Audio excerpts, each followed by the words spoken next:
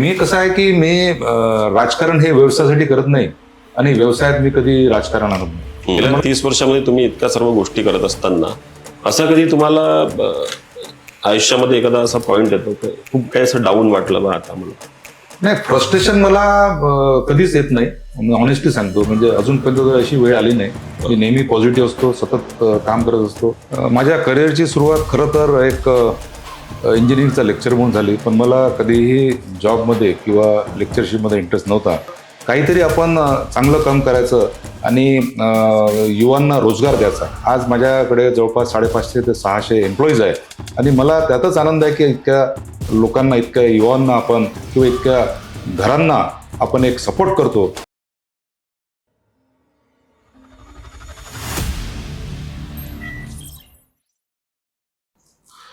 Welcome to the Hitavada people's mic. आज आपल्यासोबत आहे एक राजकारणी, उद्योजक आणि समाजसेवी श्री नरेंद्र जिचकार. नरेंद्र जिचकार यांनी नागपूर शहरामध्ये मोठे मोठे उद्योग स्थापन केलेले आहेत. त्यांनी राजकारणामध्ये खूप मोठं नाव कमावलेलं आहे. तसेच त्यांनी समाजासाठी अनेक गोष्टी केलेल्या आहे, जसे शाळा चालवणे आणि समाजामधल्या जे गरजू लोक राहते त्यांना मदत करणे. नमस्कार नरेंद्रजी, आपलं स्वागत आहे द हितवाद पीपल्स माईक मध्ये. नरेंद्रजी, आपण इतके मोठे मोठे उद्योग स्थापन केलेले आहे आणि राजकारणामध्ये आपला एक वेगळा ठसा उमटवलेला आहे. आम्हाला समजून घ्यायचं आहे की हे जे नरेंद्र आज आमच्या समोर आहेत, त्यांनी आपल्या जीवनाची सुरुवात किंवा करिअरची सुरुवात कशा पद्धतीने केली? माझ्या करिअरची सुरुवात खरं तर एक इंजिनिअरिंगचा लेक्चर म्हणून झाली, पण मला कधीही जॉबमध्ये किंवा लेक्चरशिपमध्ये इंटरेस्ट नव्हता आणि म्हणूनच 1993ला मी एक लॅबोरेटरी इक्विपमेंट्स आणि इंडस्ट्रियल इक्विपमेंट विकण्याचा मी ट्रेडिंग करायचो. कारण ट्रेडिंगमध्ये पैसा कमी लागायचा, त्यावेळेस पैसा नव्हता, पण काही ना काही आपण बिझनेस करायचा त्या दृष्टीने मी ट्रेडिंग सुरू केलं. आणि हळूहळू मग ट्रान्सपोर्टेशन नंतर मग गव्हर्नमेंट कॉन्ट्रॅक्टरशिप, मग डेव्हलपर, आता मी रेस्टॉरंट आणि रिसॉर्ट बिझनेसमध्ये पण मी आता आहे. आणि एक काहीतरी आपण चांगलं काम करायचं आणि युवांना रोजगार द्यायचा. आज माझ्याकडे जवळपास 550 ते 600 एम्प्लॉईज आहे आणि मला त्यातच आनंद आहे की इतक्या लोकांना, इतक्या युवांना आपण किंवा इतक्या घरांना आपण एक सपोर्ट करतो. ह्या माध्यमातूनच मी जॉब किंवा लेक्चरशिप हे क्षेत्र सोडून मी व्यवसायात आलो आणि आता बऱ्यापैकी मी याच्यात मी स्थिरावलेलो आहे. पण आता तुम्ही जसं सांगितलं की बा तुम्ही इंजिनिअरिंग केलं आणि मग त्यानंतर बिझनेसला सुरुवात केली, पण ही जी शून्यातून जी सुरुवात झाली त्यामागची खरी प्रेरणा काय होती तुमची? खरी प्रेरणा हीच होती की आपण स्वतःचा काहीतरी व्यवसाय दमानं आपण करायचा. घरी माझी बिझनेसची काहीच बॅकग्राऊंड नव्हतं. माझे वडील एक डिव्हिजनल अकाउंटंट म्हणून MSc मधून रिटायर्ड झाले, पण एक काहीतरी स्वतःचं आपण एक विश्व तयार करायचं, कमीत कमी आपण प्रयत्न करायला पाहिजे, त्या दृष्टीने मी हा एक व्यवसाय हा मार्ग निवडला. मग अगोदर तुम्ही व्यवसाय निवडला, त्यानंतर राजकारणामध्ये तुमचा प्रवेश झाला की दोन्ही एकाच वेळेस घडल्या गोष्टी? नाही, मी 1994 पासून मी व्यवसायात आहे. माझं फॅमिली बॅकग्राऊंड हे राजकीय आहे. माझे काका दामोदरराव जिचकार, स्वर्गीय दामोदरराव जिचकार हे पहिल्या जिल्हा परिषदेचे अध्यक्ष होते. माझे चुलत काका डॉक्टर श्रीकांत जिचकार हे बरेच काळ महाराष्ट्र सरकारमध्ये मंत्री होते, राज्यसभा सदस्य होते. माझे काका विजय जिचकार हे काँग्रेसच्या मोठ्या पदावर होते. बरोबर. तर जरी एक राजकीय वारसा असला तरी मी सुरुवातीला, कारण माझ्यावर जी जबाबदारी होती, त्या जबाबदारीमुळे मी पहिले माझ्या बिझनेसमध्ये लक्ष दिलं. बिझनेस माझा ज्यावेळेस मला असं वाटलं की एक चांगल्या लेवलवर चांगला सेटल झालाय, त्यानंतर मी हळूहळू राजकारणात मी इंटरेस्ट मला जरी पहिले होता, पण माझी ऍक्टिव्ह पॉलिटिक्समध्ये एंट्री मागच्या 15 वर्षा पहिले झाली. आणि समाजकारण करत असताना राजकारणामध्ये मी हळूहळू आता मी आलेलो आहे. एक काँग्रेस विचाराचा मी एक कार्यकर्ता आहे. काँग्रेसचा एक माजी सचिव म्हणून मी महाराष्ट्र प्रदेश काँग्रेस कमिटीमध्ये मी काम केलेलं आहे आणि आता पुढेही मी ह्याच विचारधारेचं काम करील असं मला, ह्या राजकारणाच्या दृष्टीने असं मला वाटत आहे. राजकारणामध्ये आता मागचे जेव्हा विधानसभेचे इलेक्शन झाले, त्या विधानसभेच्या इलेक्शनमध्ये तुम्ही पश्चिम नागपूरमध्ये उभे होतात आणि त्यानंतर काँग्रेस पक्षाने तुमच्यावर कारवाई केली. आता सध्या तुमचं काँग्रेसमधलं स्टेटस काय आहे? नाही, काँग्रेस पक्षाने कारवाई नाही केली. कारवाई माझ्यावर जी झाली, मला एक सूडबुद्धीने मला पक्षातून निष्कासित केलं आणि पक्षातून निष्कासित केल्यानंतर एक माझी लढाई म्हणून मी पश्चिम नागपुरात मी माझी दावेदारी अपक्ष उमेदवार म्हणून केली. मी भरपूर मेहनत केली, लोकांना मी भेटलो, बऱ्याच वर्षापासून मी समाजात काम करत असल्यामुळे लोकांनी मला एक चांगला प्रतिसाद दिला. पण मला त्याच्यात अपयश आलं. इलेक्शन जरी मी हारलो असलो तर मी स्वतः हारलो नाही. आणि बाकी जसे लोकांनी बंडखोरी काँग्रेस पक्षासोबत केली त्याला मी एक अपवाद आहे. माझ्यावर मी निष्कासित झाल्यानंतर माझी लढाई म्हणून मी माझी एक उमेदवारी मी जाहीर केली. मी चांगल्या पद्धतीने इलेक्शन लढलो. आता मी वाट बघत आहे की कधी मला ही पार्टी आपल्यामध्ये सामावून घेईल आणि मी पुन्हा एक काँग्रेसचा कार्यकर्ता म्हणून मी काम करेन. एवढे तुम्ही काँग्रेसचे विचारांशी एकनिष्ठ असलेले नेते आहात, म्हणजे मला असं वाटतं की आज तुम्हाला इतर पक्षामधून पण बोलावणं आलेलं असेलच तरी तुम्ही काँग्रेस सोडून दुसऱ्या म्हणजे काँग्रेसचीच वाट बघत आहात. यामागे काय कारण आहे? कारण माझे जे विचार आहे हे काँग्रेसचे विचार आहे आणि एक धर्मनिरपेक्ष विचाराला मी मानणारा एक कार्यकर्ता आहे. हे खरं आहे की मागे ज्यावेळेस मला पक्षातून निष्कासित केलं त्यावेळेस मला बऱ्याच पक्षांनी मला मला अप्रोच केलं. पण मी त्यांना हात जोडून विनंती केली की माझं जे काही, कारण मी जे राजकारण करतो हे विचारासाठी करतो. राजकारण हा माझा काही व्यवसाय नाही आहे. म्हणून मी ही जी लढाई आहे आजही मी काँग्रेस पक्षामध्ये मी वाट बघत आहे की कधी मला ते माझं निष्कासन रद्द करून मला काँग्रेस पक्षात सामावून घेतील. आणि मी हा एक नक्कीच विचार मानणारा एक कार्यकर्ता आहे. आजचं जे राजकारण आहे ते विचाराशी निगडीत कमी आहे. आजकाल एक कमर्शियलायझेशन झालं आहे राजकारणाचं, पण त्यामध्ये मी एक अपवाद आहे. पण असं काय आहे, असं कुठे तुमचं म्हणजे त्याला आपण म्हणतो घोडं कुठे अडलंय तर हे काय झालेलं आहे की ज्यामुळे तुमचं काँग्रेसमध्ये पुनर्वसन होत नाहीये? आणि काही अजूनही आमच्या पक्षातील नेत्यांना असं वाटत आहे की हा काँग्रेसमध्ये आला तर एक आपला प्रतिस्पर्धी राहील. ह्या भावनेतून मला ह्या पक्षामध्ये येण्यासाठी अजूनपर्यंत तरी एक थांबवण्यात येत आहे. पण मला असं वाटतं जास्त दिवस, कारण बरेचसे माझे वेलविशर आहेत ज्यांना वाटतं की नरेंद्र जिचकार यांनी काँग्रेस पक्षात चांगलं काम केलेलं आहे, आताही करतील. ज्यावेळेस एक डिजिटल मेंबरशिपचा आमचा एक प्रोग्राम जाहीर झाला होता त्यावेळेस 23,000 डिजिटल मेंबर करणारा कदाचित मी महाराष्ट्रातच नव्हे तर देशातला एकमेव असा कार्यकर्ता असेल.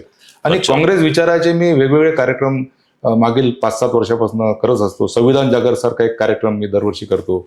शिवशाही महोत्सव एक छत्रपती शिवाजी महाराजांच्या जयंतीच्या दिवशी एक 4 ते 5 दिवसाचा मी एक कार्यक्रम करत असतो. राजीव गांधी जयंती झालं, महात्मा गांधी जयंती, हे काँग्रेसच्या विचाराचे कार्यक्रम मी दरवर्षी करत असतो.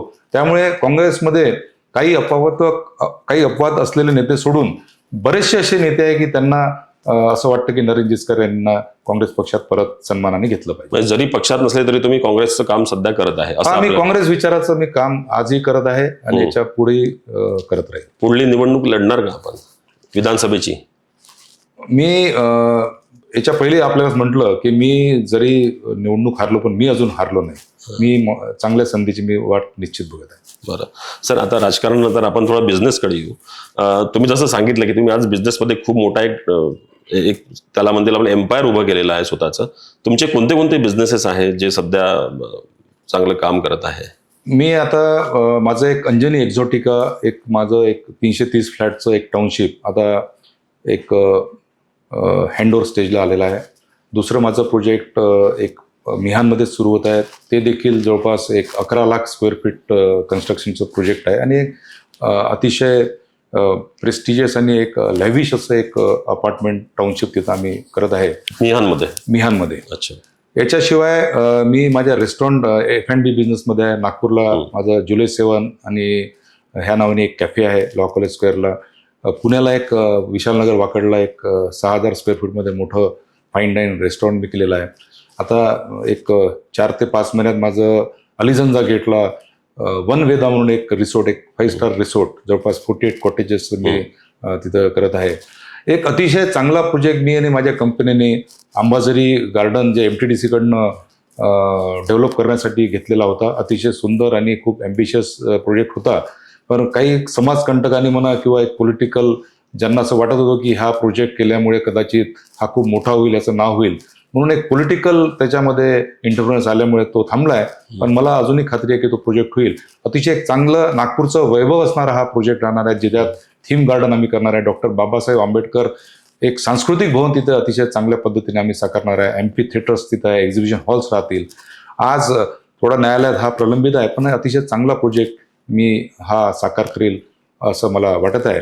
याशिवाय एक आम्ही ऑल ओव्हर इंडिया एक नवीन टेक्नॉलॉजीमध्ये आम्ही रोड रिपेअरिंगची कामं करत असतो. आज नागपूरपासून सुरू असलेला हा माझा व्यवसाय आज जम्मू काश्मीर, इकडे तामिळनाड, कर्नाटक, हैदराबाद म्हणजे आंध्र प्रदेश आणि महाराष्ट्रात बऱ्याच ठिकाणी, गोवा, अशा बऱ्याचशा स्टेटमध्ये आम्ही नवीन टेक्नॉलॉजीने, कोणती टेक्नॉलॉजी? आमची एक जेट पॅचर टेक्नॉलॉजी जी आहे, ज्यामध्ये आम्ही एक 2 वर्षाची आम्ही एक गॅरंटी देत असतो. ओके, म्हणजे तुम्ही जर एकदा पॅच दुरुस्त केला आम्ही तर एकदा 2 patch वर्ष दुरुस्त तो केला, करा. त्याच्या 2 वर्ष त्याची आम्ही देखभाल करतो. अच्छा. अतिशय ट्रान्सपरंट असलेला हा एक बिझनेस, नवीन टेक्नॉलॉजी, खास करून जी पावसाळ्यात पण देखील काम करते.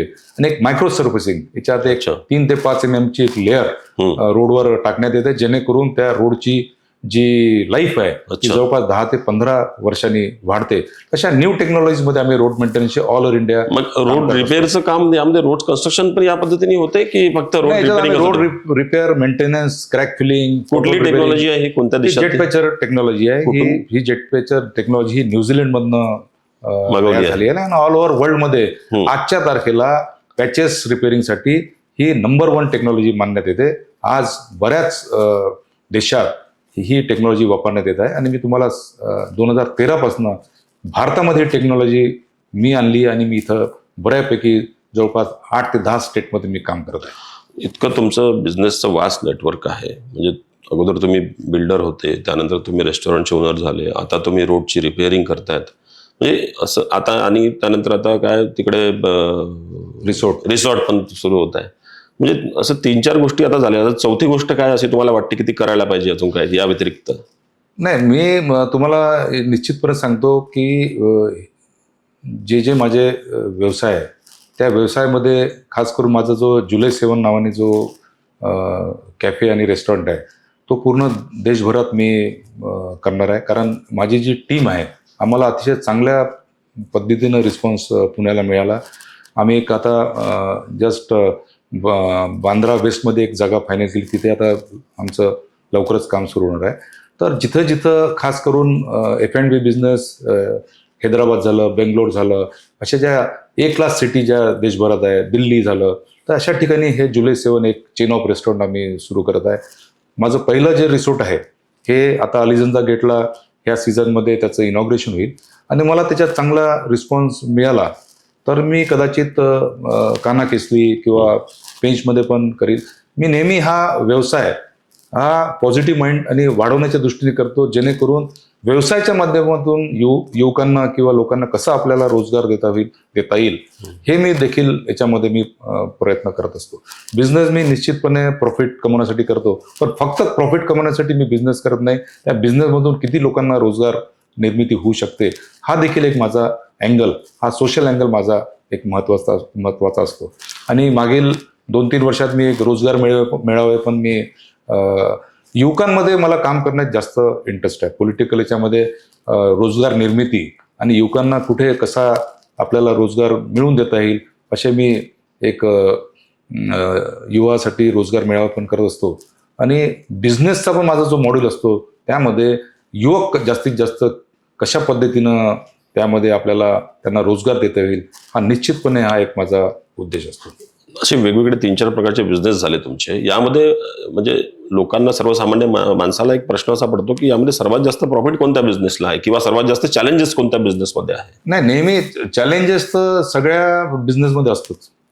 आणि तुम्हाला सांगतो की हाय रिस्क हाय प्रॉफिट आणि लो रिस्क लो प्रॉफिट. मी ट्रेडिंग पण केलं आहे.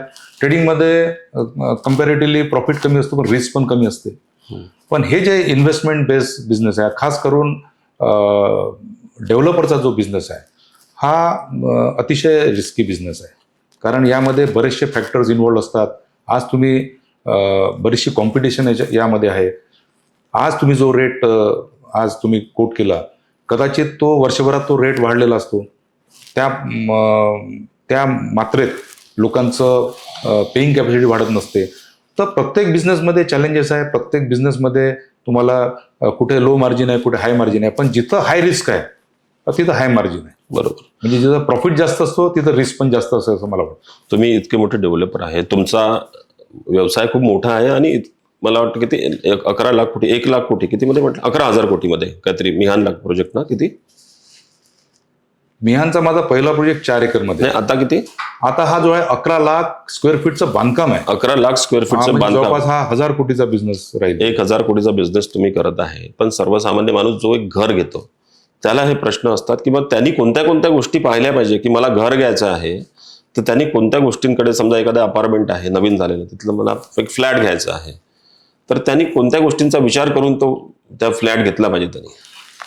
सगळ्यात पहिले डेव्हलपर हा याचं गुडविल काय आहे हे सगळ्यात पाहणे गरजेचं आहे. कारण बरेचसे डेव्हलपर हे मल्टिपल प्रोजेक्टमध्ये काम करत असतात. एखादा प्रोजेक्ट समजा फायनान्शियल क्रायटेरियामुळे समजा अडकला तर घेणाऱ्याला अतिशय त्रास होतो. तर घेणाऱ्यांनी नेहमी कोण बिल्डर बांधत आहे, त्यांनी काय काय डिलिव्हर केलं आहे, त्याचे जुने काही 1-2 प्रोजेक्ट त्याला समजा बघता आले तर त्यांनी बघितले पाहिजे. आणि आज बऱ्यापैकी सरकारने पण रेरा हा जो रेग्युलेशन ऍक्ट जो आणला आहे रिअल इस्टेटमध्ये, हा अतिशय हा कन्झ्युमरसाठी फायद्याचा आहे. बरोबर. जो रेरामध्ये जो रजिस्टर झाला तिथंच कस्टमरनं अपार्टमेंट किंवा फ्लॅट घेतलं पाहिजे ह्या मताचा मी आहे. आणि ते बरोबरही आहे. कारण जो रेरामध्ये रजिस्टर झाला त्याच्यामध्ये एक फायनान्शियल डिसिप्लिन असते आणि त्यामुळे प्रोजेक्ट वेळेवर कंप्लीट होण्यासाठी मदत होते. कालचीच एक बातमी आहे. महारेरानी एक नागपूरचे बिल्डर आहेत, मोठा प्रोजेक्ट आहे त्यांचा. त्यांनी 2015 मध्ये नोंदणी केली होती त्या व्यक्तींनी फ्लॅटसाठी. 2026 उजाडलं तरी पण त्यांना फ्लॅट मिळाला नाही. आता महारेरामध्ये ते गेले, त्यांना 36 लाख रुपयाची भरपाई मिळालेली आहे. बरोबर आहे. तर अशा ज्या गोष्टी घडतात, तर लोकांनी आता एक तर तुम्ही सांगितलं की त्यांचे प्रोजेक्ट, पण कन्स्ट्रक्शनची क्वालिटी काय आहे? कारण की अनेकदा असं होते, यामध्ये अजून एक प्रश्न असा असतो सर्वसामान्य माणसाला की ते घराचं बांधकाम करताना त्या मातीच्या विटा वापरलेल्या आहेत की त्या सिमेंटच्या विटा वापरलेल्या आहेत.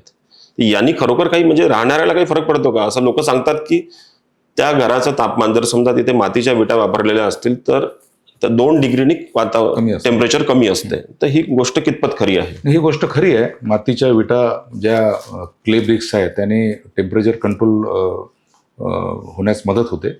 आज कोणताही प्रोजेक्ट असो, तुम्ही ज्या वेळेस तिथं काही खरेदी करत असाल तर त्याची जे स्पेसिफिकेशन्स आहेत ते वाचणं आणि ते समजणं फार गरजेचं आहे. रेरामध्ये आपण जो डेव्हलपर रजिस्टर असतो त्यांनी जे जे स्पेसिफिकेशन त्याच्या ब्रोशरमध्ये दिलेले आहे त्या पद्धतीने त्या स्पेसिफिकेशनने काम केलं की नाही याच्यावरही रेराचा कंट्रोल असतो. त्यामुळे निश्चितपणे कोणत्याही ग्राहकाने घर खरेदी करत असताना तिथं सिमेंट ब्लॉक वापरत आहे की क्ले ब्रिक्स वापरत आहे, काय मटेरियल वापरत आहे, विंडोज कशामध्ये आहे, टॉयलेट्सचे फिटिंग्स कोणत्या कंपनीचे आहे, त्याची लिफ्ट कोणत्या कंपनीची त्यांनी केलेली आहे, हे सगळं त्या ब्रोशरमध्ये मेन्शन केलेलं असतं. म्हणून आणि जिथं तुम्हाला असं आढळलं ग्राहकाला की जे स्पेसिफिकेशन दिले त्या स्पेसिफिकेशन प्रमाणे समजा तिथं काम झालं नसेल तर तुम्ही रेरामध्ये कंप्लेंट करून त्याचा तुम्ही त्यांच्याकडनं वसूल करू शकता. नागपूरचे रिअलिटी सेक्टर जे आहे, इतकं जे मार्केट आहे, मोठे मोठे फ्लॅट्स बनत आहे, इतक्या मोठ्या मोठ्या स्कीम्स तयार झालेल्या आहे नागपूरच्या आउटस्कटला आणि खूप महागात विकल्या जात आहेत. म्हणजे 3 BHK फ्लॅट जर असेल तर 1 कोटीला 2 कोटीला विकला जात आहे. तर हे जे सध्या आहे हा एक फुगवलेला बलून आहे की ओरिजिनली इतकं खर्च येतो आणि काय म्हणजे याच्या मागचं नेमके सत्य काय आहे? फुगवलेला बलून राहू याच्यासाठी शकत नाही. कारण ऍक्च्युअल आता ग्राहक तिथं ह्या रेटनं खरेदी करत आहे. नागपूर हे जे सेंट्रली लोकेटेड असल्यामुळे इथे महाराष्ट्राची उपराजधानी असल्यामुळे इथं डिस्ट्रिक्ट प्लेसमधनं मायग्रेशन खूप आहे. म्हणजे अकोला, यवतमाळ, वर्धा, चंद्रपूर, अमरावती. आज आपल्या नागपुरातल्या लोकांना असं वाटतं की आपली प्रॉपर्टी पुण्यामध्ये राहिली पाहिजे किंवा मुंबईमध्ये राहिली पाहिजे. तसेच डिस्ट्रिक्ट प्लेसचे जे रहिवासी आहे त्यांना असं कुठेतरी वाटतं की आपली प्रॉपर्टी नागपुरात राहिले पाहिजे. त्यामुळे नागपुरामध्ये एक चांगल्या पद्धतीनं मार्केट झालेलं आहे. आज जे प्रोजेक्शन आपले नेते नागपुरात ज्या पद्धतीने इथं सांगत आहे त्या पद्धतीनं आजकाल बांधकाम सुरू आहे. इन्फ्रास्ट्रक्चर प्रोजेक्ट चांगले झालेले आहे. मेट्रो चांगल्या पद्धतीने इथं धावत आहे. काही आता नवीन प्रोजेक्ट मिहानमध्ये, बुटीबोरीमध्ये, हिंगण्यामध्ये आता प्रपोज केले आहे. गडचिरोली हे जे मोठं एक स्टील हब आहे याच्यामुळे देखील आज बघा तुम्ही नागपुरामध्ये यापूर्वी कधीही 5 स्टार हॉटेल नव्हते. आज जवळपास 7 ते 8 5 स्टार हॉटेलचं आपल्या इथे MOU झालेला आहे. तर हा जो ह्या जे डेव्हलपमेंट जे लोकांना दिसत आहे, खास करून डिस्ट्रिक्ट फेजमध्ये राहणाऱ्या लोकांना, त्यामुळे ते लोक इथं मायग्रेट होऊन एक इन्व्हेस्टमेंट पर्पजने म्हणा किंवा एक ट्रान्झिट होम म्हणून म्हणा इथं फ्लॅट्स खरेदी करत आहे. आणि याच्याशिवाय नागपुरातले जे रहिवासी आहे, ज्यांची फॅमिली वाढत आहे, आज समजा 2 भाऊ आहे, दोघंही मोठे झाले, तर याच्यामुळे जे मार्केट एक डेव्हलप होत आहे, त्याच्यामुळे नागपुरात जे रेट आहे ते चांगल्या पद्धतीनं रेट आहे. चांगले डेव्हलपर्स इथं टाउनशिप तयार करत आहे. आणि आज आपल्याला असं वाटतं की नागपूर हे महाग आहे, पण आज आपण पुणे, बेंगलोर, मुंबई आणि दिल्लीचे रेट बघितले तर त्या दृष्टीने नागपूर हे स्वस्त आहे. नागपूरमध्येही आज तुम्ही नागपूर सिटीचा रेट बघा आणि न्यू नागपूर मिहानचा रेट बघा तर जवळपास नागपूर सिटीपेक्षा मिहानचे जे रेट हे 50% कमी आहे. त्यामुळे सगळ्या ग्राहकांना इथे वाव आहे. ज्याला असं वाटतं की शहरामध्ये राहायचं आहे, अफोर्ड करू शकतो, तो शहरामध्ये प्रॉपर्टी घेईल. ज्याला असं वाटतं की आता new Nagpur international airport, AIIMS, IIM मिहानमध्ये डेव्हलप होत आहे, तो कदाचित 50% रेटमध्ये तो मिहानमध्ये इन्व्हेस्ट करेल किंवा मिहानमध्ये तो राहायला जाईल. आज तुम्हाला मी एक पॉझिटिव्ह असं सांगतोय ॲज अ डेव्हलपर म्हणून, 330 फ्लॅट्सची स्कीम आमची रेरा प्रमाणे आम्ही 2027 मध्ये हँडओव्हर करायला पाहिजे, पण आम्ही आता 26 दिवाळीमध्ये आम्ही हँडओव्हर एक वर्ष अगोदर. याच्याशिवाय सगळ्यात जमेची बाजू म्हणजे माझ्या इथे 330 फ्लॅटमध्ये 90% जे ग्राहक आहे ते एंड युजर आहे. गेल्या 30 वर्षामध्ये तुम्ही इतक्या सर्व गोष्टी करत असताना असा कधी तुम्हाला आयुष्यामध्ये एखादा असा पॉइंट येतो का खूप काही असं डाऊन वाटलं बा, आता मला खूप एकदम असं फ्रस्ट्रेशन आलं, काही असं काही झालं आयुष्यामध्ये काही, आणि मग त्यातून तुम्ही बाहेर आले नंतर? नाही, फ्रस्ट्रेशन मला कधीच येत नाही, ऑनेस्टली सांगतो. म्हणजे अजूनपर्यंत अशी वेळ आली नाही. मी नेहमी पॉझिटिव्ह असतो, सतत काम करत असतो. ज्या दिवशी मी इलेक्शन हारलो, मला कमी वोट मिळाले माझ्या अपेक्षेप्रमाणे, मी दुसऱ्या दिवशीच कामाला लागून गेलो. आपण एक सांगतो की ज्या पक्षामध्ये मी काम करत आलेलं आहे त्या पक्षाच्या एका मीटिंगमध्ये सगळ्या नेत्यांसमोर, प्रदेशाध्यक्षांसमोर ज्यावेळेस एखादा गुंड प्रवृत्तीचा नेता माझ्यावर अटॅक करतो, त्यानंतरच त्याच्यावर ऍक्शन करण्यापेक्षा माझ्यासारख्या कार्यकर्त्यावर मला निष्कासित केलं पक्षातून, तो क्षण माझ्या आयुष्यात मला खूप काही सांगून गेला. आणि त्या इव्हेंटचं मला अतिशय वाईट वाटलं, पण मी हिंमत नाही हारलो. त्यानंतर मी जन आशीर्वाद यात्रा सुरू केली. पश्चिम नागपूरमध्ये घराघरामध्ये मी गेलो, सगळ्यांना मी निवेदन दिलं की मी एक शिकलेला, राजकारण माझा धंदा नसलेला एक मी कार्यकर्ता आहे. मला तुम्ही मदत करा, मला निवडून द्या. मला लोकांनी प्रतिसाद चांगला दिला, कार्यकर्ते माझ्यासोबत होते आणि मी निवडणूक हारलो.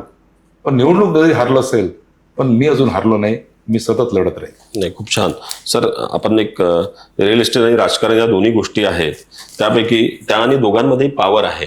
तुम्हाला कोणता नेमका पॉवर हवा आहे? मला असं वाटतं की समाजकारण मी करत आलेलो आहे आणि समाजकारण जास्त प्रभावीपणे समजा करायचं असेल तर मला असं वाटतं राजकारणात आपण सक्रिय असणं आणि राजकारणात एखाद्या पदावर येऊन आपण समाजकार्य जास्त पद्धतीनं विकासात्मक काम आपण करू शकतो. म्हणून ह्या दोन्ही यांना मी एक सपोर्टिव्ह समजतो. राजकारणात समजा चांगली पोस्ट किंवा चांगलं एक काम करायचं एक क्षेत्र मला समजा मिळालं, एक पॉवर मला मिळाला तर जास्त इफेक्टिव्हपणे मी समाजकार्य करू शकेल असं मला वाटतं. सर, लोकांचं तुमच्याबद्दल एक परसेप्शन आहे की तुम्ही राजकारणी आहात आणि तुम्ही यामध्ये पण आहात, आपल्या व्यावसायिक पण आहात, तर या दोघांमध्ये कधी कॉन्फ्लिक्ट जाणवतो का तुम्हाला? नाही, मी कसं आहे की मी राजकारण हे व्यवसायासाठी करत नाही आणि व्यवसायात मी कधी राजकारण आणत नाही. मला अजूनपर्यंत तरी असं, मी जरी काँग्रेस विचाराचा एक कार्यकर्ता आहे, बिझनेसमन, मी एक बिझनेस वेगवेगळे मल्टिपल बिझनेस मी करतो. आज मागील एक 2014 पासून वेगळ्या विचाराची सत्ता आहे, पण मला असं कुठेही मला कुठे अडचण किंवा कुठे अडवणूक मला अशी कुठंच जाणवली नाही. मी सगळ्यांना माहित आहे नरेंद्र जिचकार काँग्रेस पक्षाशी किंवा काँग्रेस विचाराचा कार्यकर्ता आहे, पण मला कुठेही माझे गव्हर्नमेंट मशिनरीजमध्ये काही सँक्शन करण्यासाठी किंवा एखादं टेंडर विन करण्यासाठी मला कुठेही असं आजपर्यंत वाईट अनुभव ह्या सत्तेचा नाही. एक असं म्हटलं जातं की रिअल इस्टेट बिझनेसमध्ये इन्फ्लुएन्स खूप आवश्यक आहे आणि इन्फ्लुएन्स शिवाय रिअल इस्टेट बिझनेस चालत नाही. तुम्ही या गोष्टीची कशी सहमत आहे? नाही, मी बिलकुल मानत नाही. रिअल इस्टेटमध्ये सगळ्यात जास्त महत्वाचा इमानदारी, तुमची गुडविल. आणि आज मी अंजनी एक्झॉटिका एक टाउनशिप करायच्या पहिले एकही फ्लॅट मी बनवला नव्हता, विकला नव्हता. पण पहिलीच माझी टाउनशिप मी यासाठी सक्सेस झाली की मला माझ्यात एक भावना होती की आपण चांगल्या पद्धतीनं आपण एक चांगलं अपार्टमेंट लोकांसाठी दिलं पाहिजे आणि एक चांगली टीम तयार केली. मी जरी सिव्हिल इंजिनियर, मी प्रोडक्शन म्हणजे मेकॅनिकल इंजिनियर आहे, मी सिव्हिलचं मला नॉलेज नव्हतं, पण एक चांगली सिव्हिल इंजिनिअरिंगची टीम मी तयार केली. माझे चांगले कन्सल्टंट प्रशांत सातपुते साहेब, सिनियर आर्किटेक्ट आणि स्ट्रक्चरल इंजिनियर पाटणकर साहेब, आमचे प्रोजेक्ट हेड संजय सिंग, या सगळ्यांची टीम आम्ही एक तयार केली आणि एक 5 वर्ष ज्या प्रोजेक्टला लागतात ते 3 वर्षातच, एक 3.5 वर्षातच आम्ही हँडओव्हर केला. अतिशय चांगल्या क्वालिटीचा आणि चांगल्या अम्युनिटीजचा आम्ही एक प्रोजेक्ट आम्ही आता 2-3 महिना आम्ही हँडओव्हर करणार आहे. माझ्या टाउनशिपमध्ये क्रीडाच्या आणि गव्हर्नमेंट पॉलिटेक्निक आणि इंजिनिअरिंगचे सिव्हिल जे इंजिनिअरिंगचे स्टुडंट्स आहेत त्यांच्या देखील माझ्या इथं व्हिजिट होतात की ज्या क्वालिटीचं कन्स्ट्रक्शन आणि ज्या स्पीडने आम्ही तिथं टेक्नॉलॉजीने काम करत आहे ते बघण्यासाठी. एक लोकांमध्ये एक भावना असते ग्राहकांमध्ये की what you see is not what you get. अशी भावना का बरं ग्राहकांमध्ये असते अनेकदा? What you see is not what you get. नाही, हे रिअल इस्टेटमध्ये म्हणजे दुर्दैवाने असे प्रकार घडतात. तुम्हाला सांगण्यात काही येतं, तुम्हाला देण्यात काही येतं, पण खऱ्या अर्थाने रेरा जी अथॉरिटी सरकारने एक स्थापन केलेली आहे त्यामुळे याच्यावर बऱ्याच प्रमाणात याच्यावर आता आळा बसलेला आहे. भरपूर फरक पडलाय, कारण डेव्हलपर जे क्लेम करतो ते त्याला बाध्य देण्यास रेरा आपल्याला एक कंपल्शन आणते. आणि रेरा म्हणजे कशा पद्धतीने, म्हणजे समजा एखाद्या व्यक्तीला समजा काही प्रॉब्लेम होत असेल, त्याचा एखादा फ्लॅट बुक केला, त्यांनी काय रेराकडे जाऊन कंप्लेंट करायची?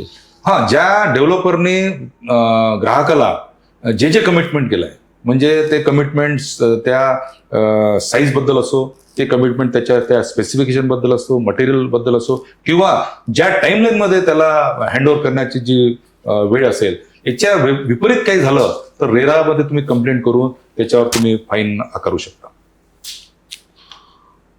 आज एक राजकारणामध्ये आपण जे बघतोय याबरोबर की आयडिओलॉजी असते आणि एक स्ट्रॅटेजी असते, आणि याची खूप लोक संगत पण घालतात की आयडिओलॉजी घेऊन चालतात आणि स्ट्रॅटेजी पण घेऊन. तुम्ही कशाला जास्त प्रिफरन्स द्याल, आयडिओलॉजीला की स्ट्रॅटेजीला? हे बघा, आयडिओलॉजी तुमची क्लिअर राहिली तर स्ट्रॅटेजी तुमची क्लिअर असते. आजचं हे राजकारण आयडिओलॉजीचं राहिलं नाही दुर्दैवाने.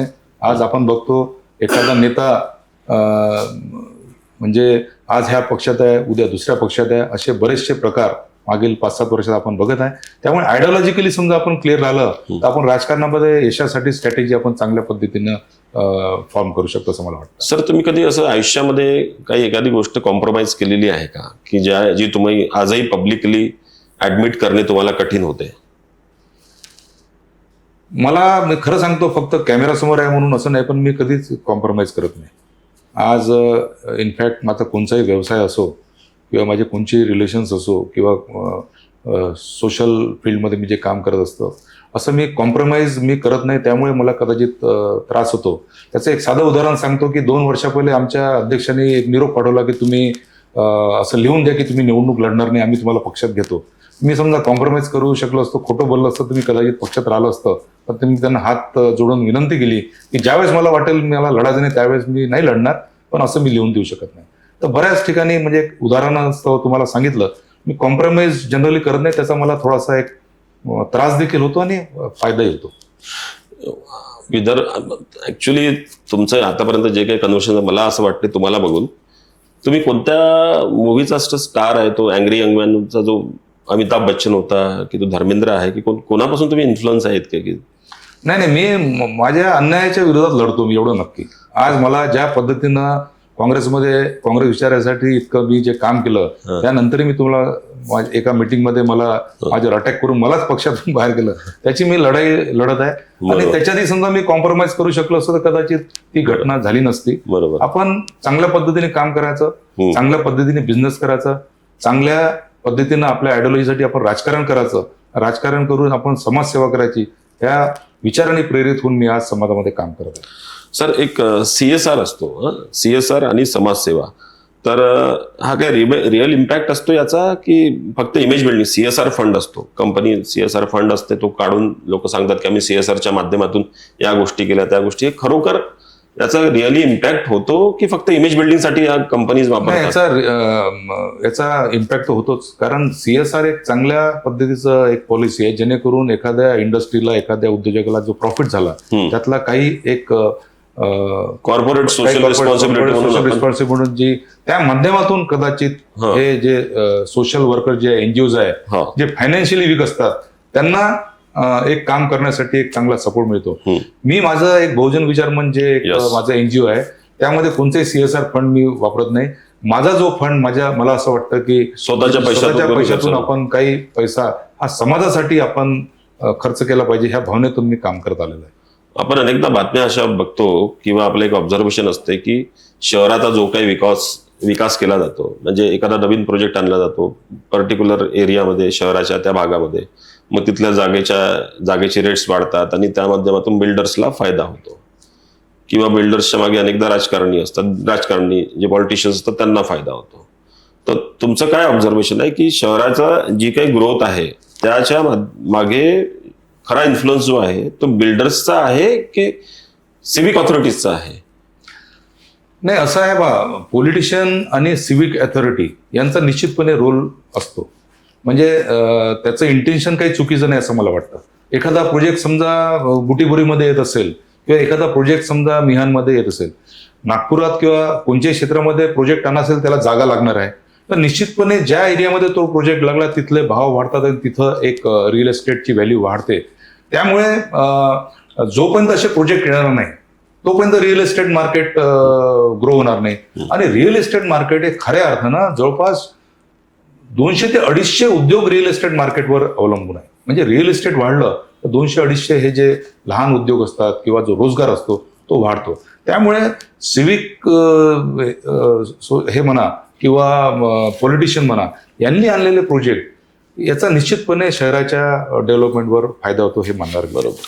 आणि त्यामुळे त्याच्यामध्ये चुकीचं काही नाही आहे. जिथं डेव्हलपमेंट जास्त होईल तिथं रिअल एस्टेट वाढेल, तिथं रोजगार वाढेल, हे निश्चितपणे मी तुम्हाला सांगू शकतो. आता जसं नागपूरची जी ग्रोथ झालेली आहे आतापर्यंत, ही बघून म्हणजे तुम्ही तर 30 वर्षापासून नागपूरचं तुम्ही त्याच्या अगोदरपासून पाहताय, बरोबर. तर तुम्हाला काय वाटते नागपूरची जी ग्रोथ झालेली आहे ही प्लॅन्ड ग्रोथ आहे की ऍक्सिडेंटल झालेली ग्रोथ आहे? नाही, नागपूरमध्ये खऱ्या अर्थानं जी रिअल एस्टेट ग्रोथ झालेली आहे ती प्लॅन ग्रोथ आहे. कारण आज आपण बघू की पुणेसारखी सिटीशी आपण समजा नागपूर कम्पेअर करू, नागपूरमध्ये इन्फ्रास्ट्रक्चर डेव्हलपमेंट पहिले झालेली आहे, नंतर मग बरोबर बाकी डेव्हलपमेंट झाले, ज्याच्यामुळे पुण्यासारखं एक ट्रॅफिक कंजेशन आपल्या इथे पहिला रिंग रोड झाला, दुसरा रिंग रोड झाला, तिसरा रिंग रोड झाला, आज आपली मेट्रो बुटीबोरीपर्यंत जाणार, सध्या खापरीपर्यंत गेली आहे. तर डिसेंट्रलाइज जी सिटी झाली, म्हणजे डेव्हलपमेंट प्लॅनिंग हे पहिलं झालं. आणि आता जे इंडस्ट्रीज किंवा आता जे काही बिझनेस इथे येत आहे आज, त्याच्यामुळे आज कदाचित नागपूरच्या डेव्हलपमेंटमुळे किंवा ह्या प्लॅनिंगमुळे पुण्यासारखी किंवा बेंगलोर सारखी स्थिती आपल्या इथे येणार नाही असं मला वाटतं. बरोबर आहे. पुण्या बेंगलोरमध्ये पहिले इन्व्हेस्टमेंट आली, मग इन्फ्रास्ट्रक्चर तिथं नंतर आलं. आपल्या इथे अतिशय नियोजनाने, प्लॅनिंगनी, बरोबर, पहिला रिंग रोड, दुसरा रिंग रोड, तिसरा रिंग रोड होता, बुटीबोरी, मेट्रो, याच्यामुळे नागपूरची जी ग्रोथ आहे ती प्लॅनिंग करून झालेली आहे. बरोबर. सर, उद्या जर तुम्हाला एखादी निवड करायची असेल की बिझनेस की पॉलिटिक्स, तर तुम्ही काय निवडाल?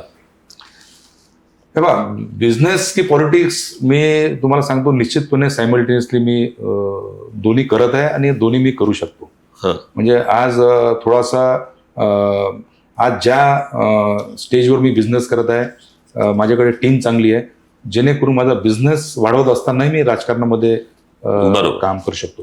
त्यामुळे मला असं वाटतं की आपण एक सक्सेसफुल बिझनेसमॅन राहूनही आपण एक आपल्या विचाराचं पॉलिटिक्स करू शकतो. म्हणून सायमल्टेनियसली दोन्ही करायला मला आवडतं. त्या पद्धतीने माझा प्रयत्न आहे.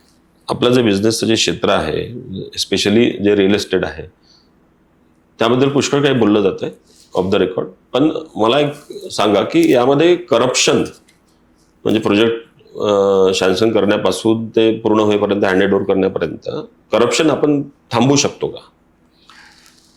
मला असं वाटतं की काही गोष्टी फार सहज झाल्या आजकाल. तर आपण म्हणजे एक इंडिव्हिज्युअल आपण त्याला काही खूप कंट्रोल करू शकतो असं नाही आहे.